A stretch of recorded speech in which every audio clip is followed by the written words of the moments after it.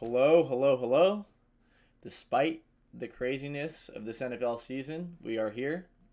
The last two games before the Super Bowl.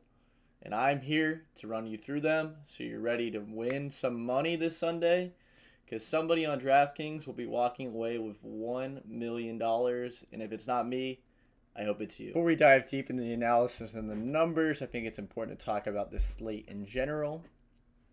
Oddly enough, these are both rematches of Week 6 meetings between the two teams. Spread of both games is about 3 to 4 points, and both games have an over-under between the low 50s and the mid 50s. Last weekend, there was some Saturday-only contests that consisted of 2-game slates, and the top dog in those was an individual who went with the mega stack approach.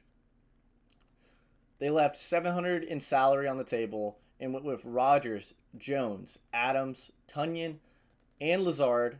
Ran it back with 2 Rams in that same game in Akers and Van Jefferson, go Gata, and 2 other players, Diggs and the Bills D, to just fill out the lineup.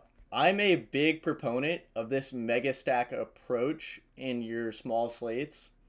A lot of people are scared to do it, to go 4 or 5 guys from the same team, run it back a couple players from that same game, and that gives you some leverage in itself. It's tough to separate from the pack in these smaller slates just because the field of players is so small, but if you take approaches like this, it's a great way to do it so you could take home one of those big tournaments by yourself. Not only are you getting nice leverage on these mega stack approaches, you're also getting great correlation. With Adams, Tunyon, and Lazard, they're only getting there if Rodgers has a good game.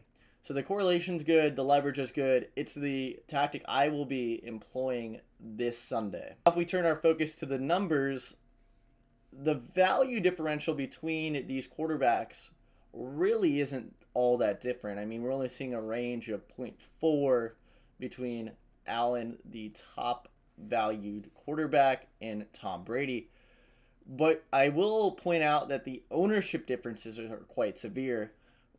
Mahomes is coming in at being owned at twice as frequent as Aaron Rodgers, and I think that gives us a good opportunity to strike.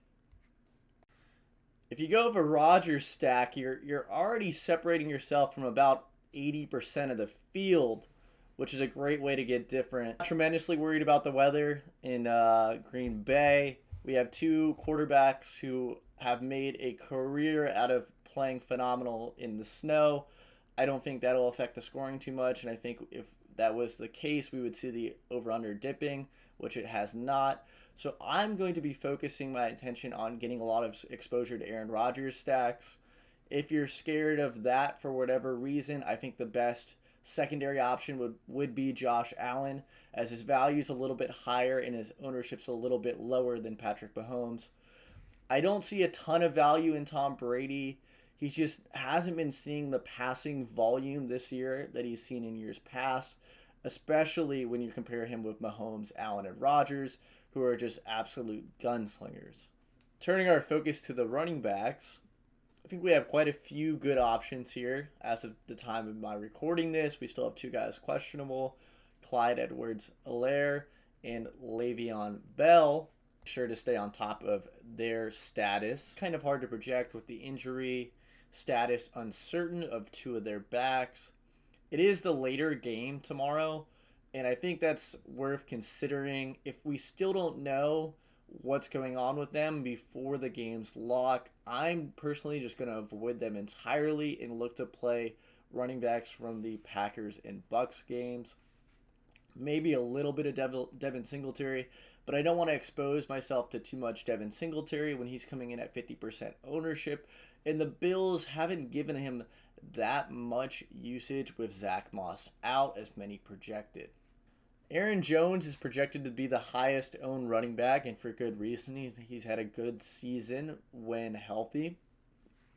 But I will point out that last week we saw the Packers kind of employ a 3-man backfield with A.J. Dillon seeing an increased role.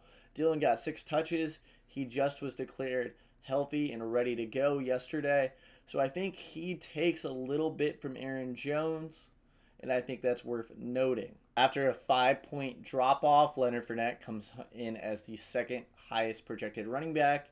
He didn't look great against the Saints, and he's someone I'm not looking to get in at 50%, 45% ownership like the field, especially because Ronald Jones has shown that he is healthy. And I think Bruce Arians is probably just going to go with the hot hand. So I would look to go down to Ronald Jones at a cheaper price point, way lower ownership. But if he's the one who falls in the end zone on Sunday, you're going to get an insane amount of leverage that becomes realized versus the Fournette owner. Transitioning to looking at the receivers this Sunday, probably the most stacked receiving core we will see on a 2-game slate in the NFL. Just a ton of big names. Notably missing, though, is Antonio Brown, which I think clears some of the logjam in Tampa and opens up pathways for Mike Evans, but particularly Chris Godwin. I think they overlap their roles a little bit, and I think this leads to more targets going Chris Godwin's way. So he's going to be a heavy target of mine as a run back in my Packers stacks. Also going to be getting a ton of Davante Adams because that is just the perfect union between him and Aaron Rodgers. Not Danica Patrick, but Davante Adams. I really don't think you can go wrong with playing Tyreek Hill or Steph Diggs either. Just the upside on these guys is huge, and they could be the ones who just tear it up Sunday. Looking to get more leverage, we got to travel further down the wide receiver list.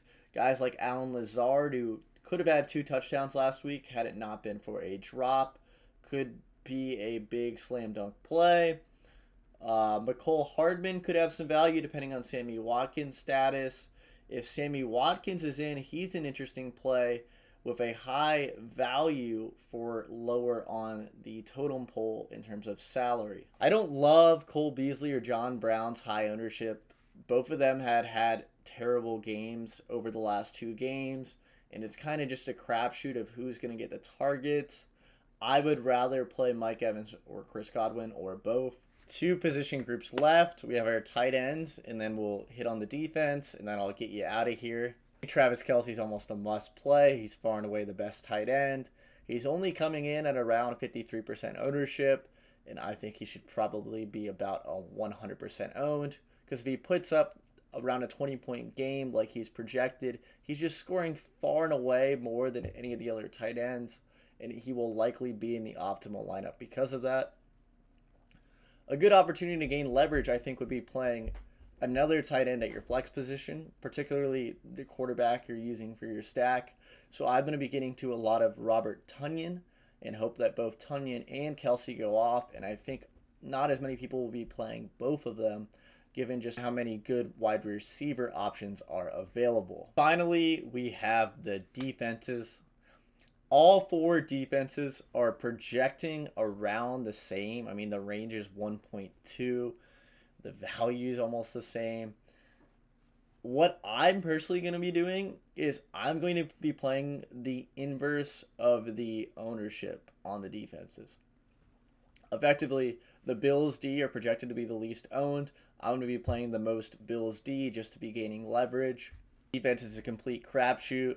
We're just hoping one of these 4 teams has a punt return for a touchdown, interception return for a touchdown, some sort of fluke play, and I think any of these defenses / special teams are capable of doing that.